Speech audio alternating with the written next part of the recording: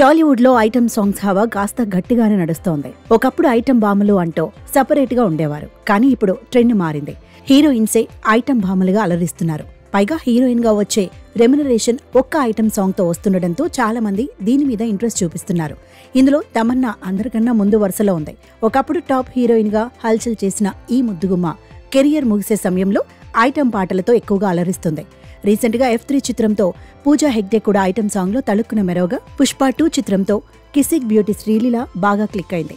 ఈ లిస్ట్ లోకి బాలీవుడ్ బ్యూటీ ఉర్వశి కూడా చేరిపోయింది. బ్లాక్ రోజ్ మూవీలో నా తప్పు ఏమున్నదబ్బా అంటూ ఒక మాస్ బీట్ సాంగ్ తో ప్రేక్షకులను ఆకట్టుకోవడంతో టాలీవుడ్ మరిన్ని ఆఫర్స్ తో వెల్కమ్ చెప్పేసింది. బాలీవుడ్ తర్వాత టాలీవుడ్ లో వాల్తేరు వీరయ్య చిత్రం తర్వాత అమ్మడు ఐటమ్ సాంగ్స్ తో బాగా క్లిక్ అయింది. బాలీవుడ్ లో డౌన్ అవుతున్న టైంలో టాలీవుడ్ లో వరుసగా ఐటమ్ సాంగ్స్ తో అలరిస్తుంది. వాల్తేరు వీరయ్య, అఖిల్ తో ఏజెంట్, సాయి ధరమ్ తేజ్, బ్రో, రామ్ తో స్కంద చిత్రాలలో మెరిసింది. ఇప్పుడు డాకు మహారాజులో దబిడి దిబిడి అంటూ కుర్రకారును కట్టిపడేస్తోంది.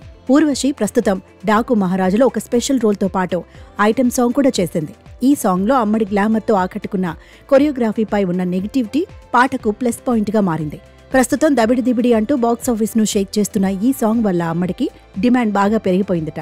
వాల్తేరు వీరయ్య చిత్రంలోని ఐటమ్ సాంగ్ కు 1 కోటి రెమ్యునరేషన్ తీసుకున్న ఈ ముద్దుగుమ్మ ఇప్పుడు డాకు మహారాజ్ కోసం అమ్మడు 2 కోట్లకు పైగా రెమ్యునరేషన్ తీసుకుందని టాక్ వినిపిస్తోంది.